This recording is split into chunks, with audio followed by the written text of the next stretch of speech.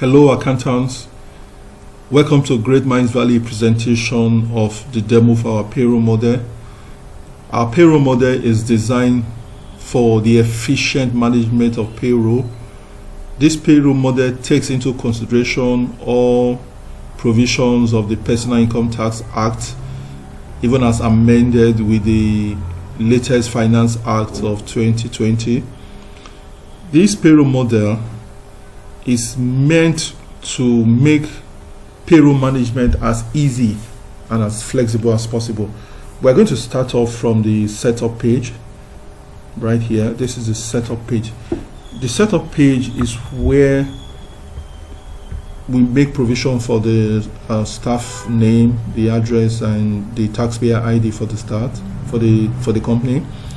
And this column right here is where the payroll, the staff names are included, and then the staff number automatically generates as staff names are populated. Every member of staff is required to have a taxpayer ID, which is a unique identifier for them to remit their taxes, and this column is where we have the taxpayer ID of staff, and here we have other information about the staff, the employee, date of employment, the address, the phone number, staff email, and so on and so forth, depending on the organization. The next sheet we'll go to is the payee sheet. The payee sheet is where the taxes or the payee of the staff is computed. Here we have the names of staff. There's a drop down here where we can select the name of the staff, but in case you want to do it faster, you can go back to the setup page where you have all the names listed. Just copy, then come back here and paste here as values, paste values. So as we populate the staff names here, there's a lookup function here that generates the staff number, the taxpayer ID. Here we populate the information for the staff remuneration, the basic salary, the housing, the transport. These three are common with all organizations: basic, housing, and transport. Then for some other organizations, you have different other remuneration. You have some might have lunch, some medical leave, and so on and so forth. On this column right here, we have staff loan interest benefit. As part of BIK, benefit in kind, it's considered that the loan given to staff at rates below commercial rates are an added benefit that is enjoyed because of their employment. So it's some form of BIK. But the limit for this, the threshold for this is 10 million naira as of today. Loans below 10 million naira will not be charged for BIK if they are given at lower than commercial rate interest rate. So other forms of BIK are to be quantified and included in this column here. Then we have the total, the gross earnings for the year. These figures here are meant to be annual remuneration figures. So we have the gross for the year. Here we have the applicable relief. First is 200,000 naira. Then the consolidated relief of 20% of gross remuneration. Then we have the pension, the staff pension, which is 8% of his remuneration, which is 8%. And then we have the NHF, National Housing Fund, which is a voluntary contribution for employees that intend to use the NHF to purchase or own homes. Then we also have a column for life insurance premium. All these items here are deductible items for the purpose of arriving at payee: the pension, the NHF, the life insurance premium, and any other contribution to the ROSA account which may qualify for the purpose of tax deduction. Not all additional qualifications, not all additional contributions qualify, but there are certain parameters for judging that the authorities have provided for.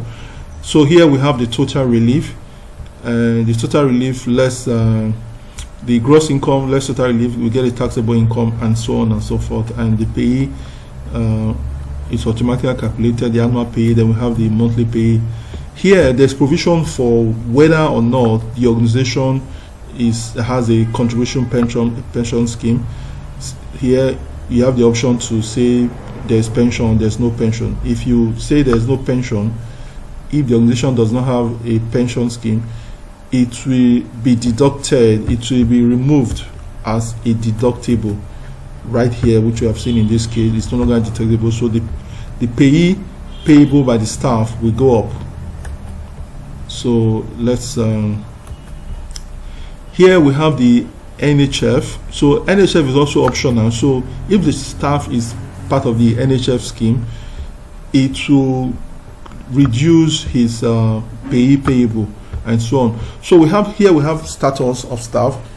This is to determine whether the staff is still within the organization. Here we have staff in service, staff out of service, or staff that are suspended. Now the purpose of this is for the generation of monthly payroll. And here you have location. For a company that has different locations, you can select the particular location you have a staff, because the payee deducted from that staff will be remitted to their jurisdiction, to their states where they reside. So here you have the list of all the 36 states and the federal capital here. So you just choose the particular location, not only of the organization but also of the staff. Some staff live in Lagos and work in Lagos and live in Ogun State, and they are supposed to remit their pay to Ogun State, date of employment, and so on and so forth. So we're going to look more into this staff loan. Here, staff loan amortization, we have various tables for staff loan amortization. In case, like I said earlier, the threshold is 10 million. In case we have a staff here that has taken a staff loan, and there's a drop-down list here, you select the name of the staff. Let's say this staff has taken a loan and the tenure is 24 months.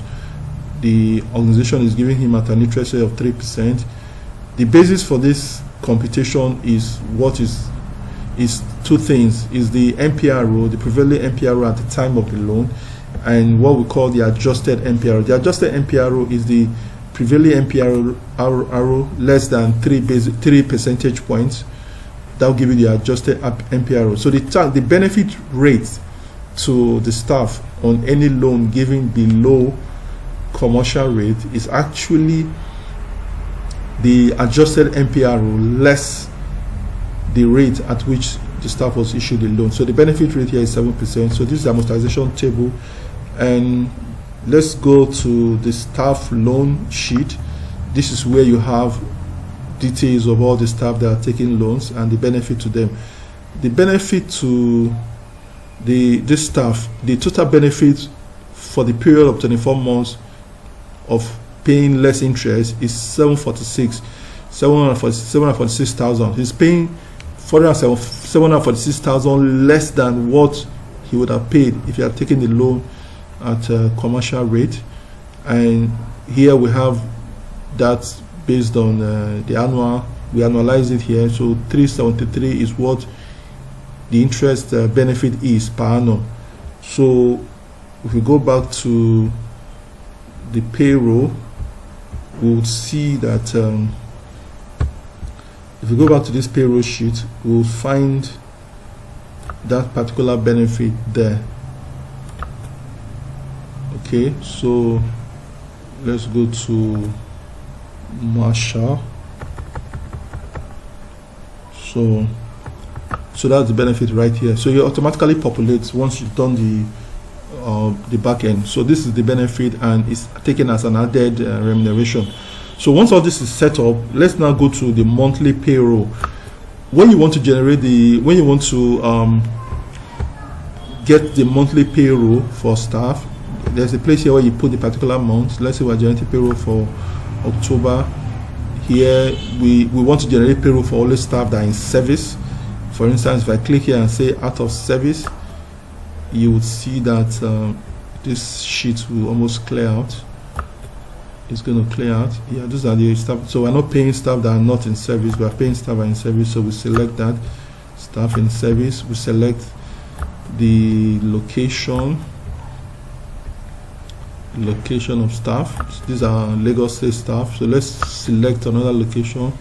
This particular company has staff in Ogun State, so let's select Ogun State. So it's going to populate. So these are the staff that are resident in Ogun State, and here you have their total payee, and this is a check that will be issued in favor of the Internal Revenue Service. This is a check that will be issued in favor of the ROSA, and this is a check that will be issued to the bank to credit the employees with their net pay after deductions. So here you have it. This is the payroll for the month, and you can then generate it based on different locations. So let's go to the pay slip. The pay slip is where you generate the pay slip for staff. This is where you generate pay slip for staff. Let me just go back here. Generate payslip for staff in PDF form. So the unique identifier of each staff is the staff number. So we're going to start with 1. Just all you need to do is just type in 1 here. 1 is the staff number for staff number 1. So the name of that person is Marshall O'Neill. So we're then going to generate payslip for all the staffs that are based in Lagos, because we're dealing with Lagos payroll now. So we just need to click on this button here, and it starts to generate the payslips right away.